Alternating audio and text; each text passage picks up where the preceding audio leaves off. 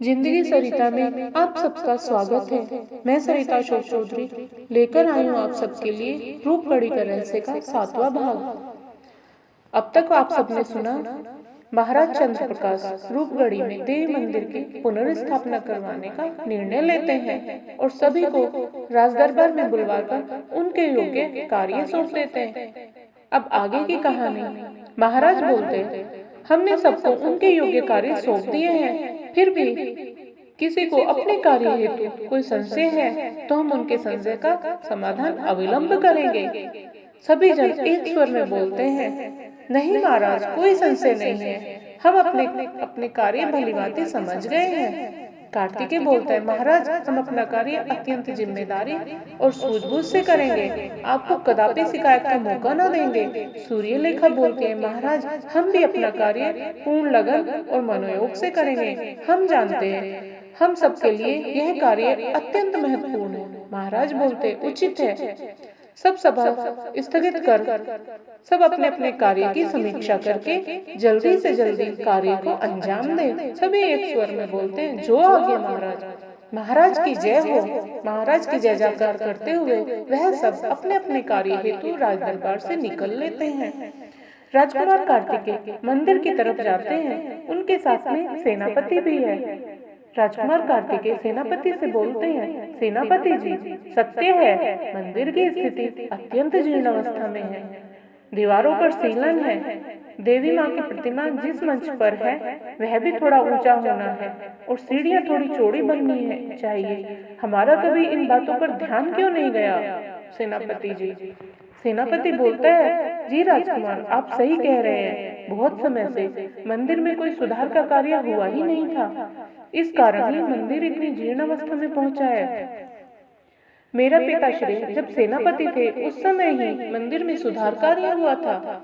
राजकुमार कार्तिकेय बोलते हैं, चलिए सेनापति जी, क्या क्या व्यवस्था करनी है मैं आपको समझा देता हूँ। आप किसी बढ़िया हुनरमंद विश्वकर्मा को देख हमारे समक्ष लाएं, हम विश्वकर्मा को समझा देंगे क्या बदलाव होने हैं। सेनापति बोलता है, जी राजकुमार जी। तभी राजकुमार कार्तिकेय की नजर एक अजीब से जानवर पर पड़ती है जो मंदिर में चढ़ाए भोग की तरफ बड़ी ललचाई नजर से देख रहा है। राजकुमार कार्तिकेय को वह जीव बड़ा अजीब लगता है। देखने में बिल्ली जैसा मगर बिल्ली नहीं है, बड़ी बड़ी आंखों से घूरता हुआ डरावना सा, पूंछ नहीं है उसको, आकार में बिल्ली की भांति मगर बिल्ली नहीं है वह। राजकुमार मन में बड़बड़ाते हुए, बड़ा अजीब जानवर है, और अपने धनुष बाण से यह कहते हुए कि यह हमें कुछ हानि पहुंचा सकता है उसकी तरफ तीर छोड़ देते हैं। वह राजकुमार की तरफ घूर रहा होता है, तीर सीधे उसके मस्तक में जाकर गड़ जाता है और वह जीव एक चीख के साथ ढेर हो जाता है। राजकुमार सेनापति से यह कहते हुए जाने लगते हैं कि इस जीव का शव कहीं ठिकाने लगवा दें, किंतु यह क्या, उनके सामने ही सामने वह जीव गायब हो जाता है। राजकुमार और सेनापति विस्मित हो जाते हैं। राजकुमार और सेनापति विस्मित से मंदिर से चले जाते हैं, किंतु राजकुमार के मन में अजीब सा कुछ चल रहा है। क्या हमने कुछ गलत किया उस जीव पर वार करके? क्या हमें नहीं करना चाहिए था? कहीं वह देवी माँ का कोई अनन्य भक्त तो नहीं था? हमसे कोई अनिष्ट तो नहीं हो गया है? हे देवी माँ, हमें क्षमा करना, रक्षा करना हम सबकी। इस तरह से राजकुमार कार्तिकेय देवी माँ से क्षमा याचना करने लगते हैं। दूसरी तरफ राजकुमारी सूर्यलेखा से चंपा बोलती है, राजकुमारी जी, हमें क्या करना है? राजकुमारी सूर्यलेखा बोलती है, चंपा सुनो। चंपा कहती है, जी राजकुमारी जी। राजकुमारी सूर्यलेखा बोलती है, चंपा, जब तक देवी माँ की प्रतिमा तैयार नहीं हो जाती है तब तक हम देवी माँ के वस्त्र कैसे बना सकते हैं? चंपा बोलती है, राजकुमारी जी, देवी माँ का चोला भी तो ऐसा ही होता है ना, जैसे महारानी और आप वस्त्र पहनती हैं, वैसा ही तो तैयार करना है। राजकुमारी सूर्यलेखा बोलती है, हाँ, यह बात तो है चंपा, हमने तो यह सोचा ही नहीं था। उधर राजमाता के कक्ष में राजमाता के साथ महाराज और महारानी ज्योत्सना। राजमाता बोलती है, पुत्र चंद्र, यह हमारे पास कुछ आभूषण है जो मंदिर के ही आभूषण है। आपकी दादी श्री ने देवी माँ के संभाल कर रखे हुए थे और अंत समय में हमें दे दिए थे।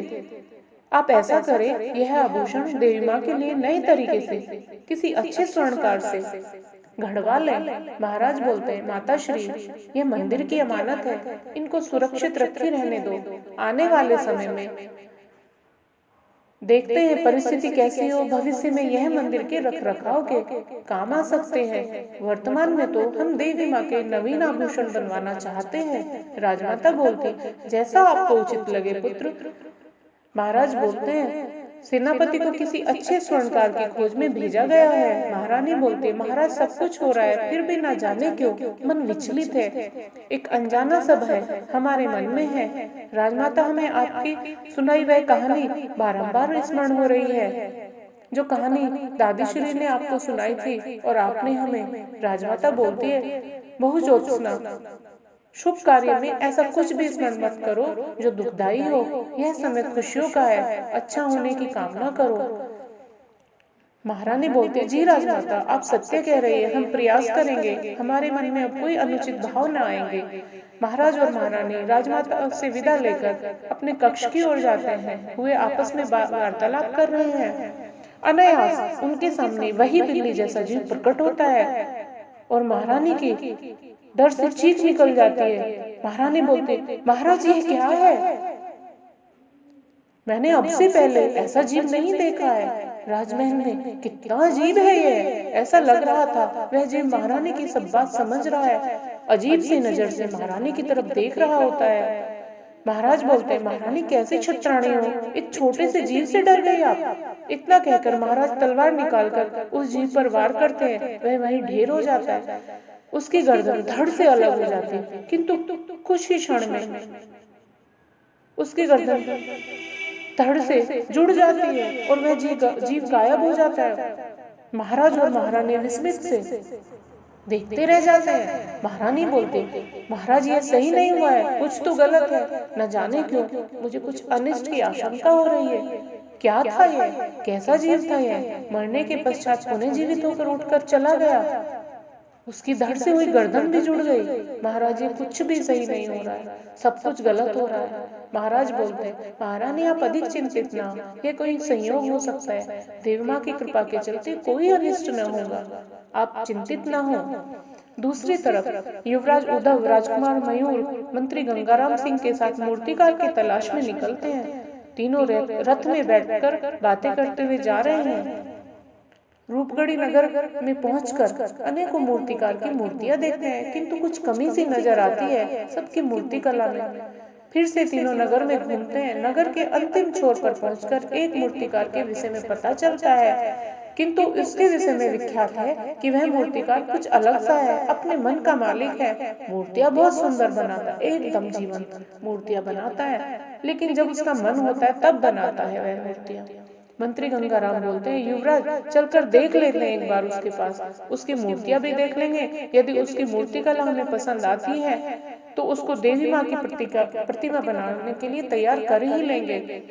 वह तीनों उस तरफ जाते हैं जहाँ मूर्तिकार रहता है। बेहद सुनसान सी जगह है, अलग थलग सी एकदम। जैसे ही वह तीनों रथ से उतरकर शिल्पकार की कुटिया की तरफ बढ़ते हैं, वैसे ही अचानक से उनके सामने वैसा ही जीव जो राजकुमार कार्तिकेय, सेनापति और महाराज महारानी के सामने प्रकट हुआ था, प्रकट होता है। वह रास्ते पर बिल्कुल बीच में बैठा है, उन तीनों को घूर रहा है अजीब सी नजर से। राजकुमार मयूर बोलते हैं, मंत्री जी ये कैसा अजीब सा जीव है, अचानक कहाँ से आ गया और कैसे प्रकट हुआ? युवराज उद्धव बोलते हैं, सच में बहुत डरावना सा है यह तो।